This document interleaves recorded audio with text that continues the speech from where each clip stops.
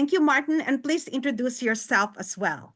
In Washington, D.C. in 2002, where I investigated primarily national security matters. So with that, I really appreciate everyone's time today. I'm going to try and be respectful of everyone's time. I think we have a hard stop of 12:30, and I do have quite a bit of material to cover. So I'm going to go ahead and get moving. Why is it that online crime is a problem? Well, it's because exactly what I just referenced. It's that there are so many people connected to the internet, and by virtue of that, the internet is a neighborhood of sorts. It's a virtual neighborhood, but it's a neighborhood, and it is a bad neighborhood. And I'd like you to think of it like that.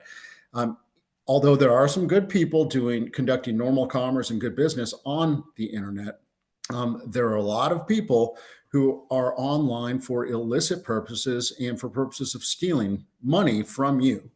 You'll see the region of the world.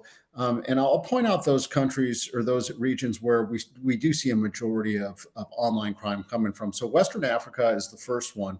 There's only 187 million internet users there. Eastern Europe's another one. Again, they're 216.1 million. And then as you move upward, as you get into Asia, Southern Asia is where India is classified as being. We see a ton of online crime coming from India, and then moving into Eastern Asia. That's where the countries of Myanmar, Laos, Cambodia, Thailand are, and China for that matter. And that's where we see a majority of online crime coming from. And there's, surprise, surprise, there's 1.3 billion users of the internet there.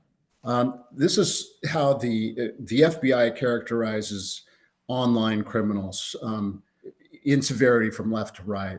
So you see on the far left end of the spectrum here is the hacktivists. These are the guys who wear Guy Fawkes masks, and they make about 99% of the noise, but they're only 1% of the problem. And the far right are those folks like nation state adversaries, terrorists, who are committing online activity, nefarious online activity for purposes of warfare. And then you've got everything in between. I would guess that the folks you're most worried about are the folks in the second column, those who are committing online crime for purposes of financial gain. So we'll talk more about them in a moment. But what are they targeting? Here's one where you can buy counterfeit US dollars. Here's just sort of it's a website almost like Amazon where you can buy a smorgasbord of different things. Ransomware is a really prevalent problem for companies, organizations, governments, because the way it works is the perpetrators of the ransomware scam, they work out of big office buildings like the one I showed you earlier in different parts of the world. Well, once they gain access to a computer network, they encrypt the entire network and steal data from it. This is another ransomware gang's website out on the dark web called WorldLeaks.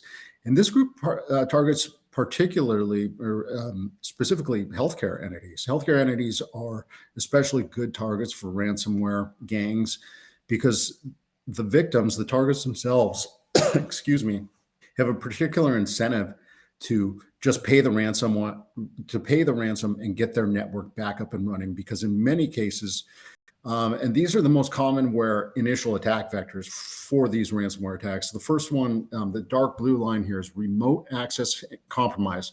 All that means is that they were able to access as an employee, and you accidentally click on a link that you shouldn't click on. So 80% of attacks, of all online attacks, are facilitated by virtue of weak passwords, stolen passwords, and phishing attacks. So if we could just eliminate those issues, the people who usually fall for them, and weak passwords. The bottom three on this list, well, these are things that our IT and our cybersecurity folks need to worry about. We, as the day-to-day users of our computer networks and systems, need to worry about the top three and maintain hyper vigilance online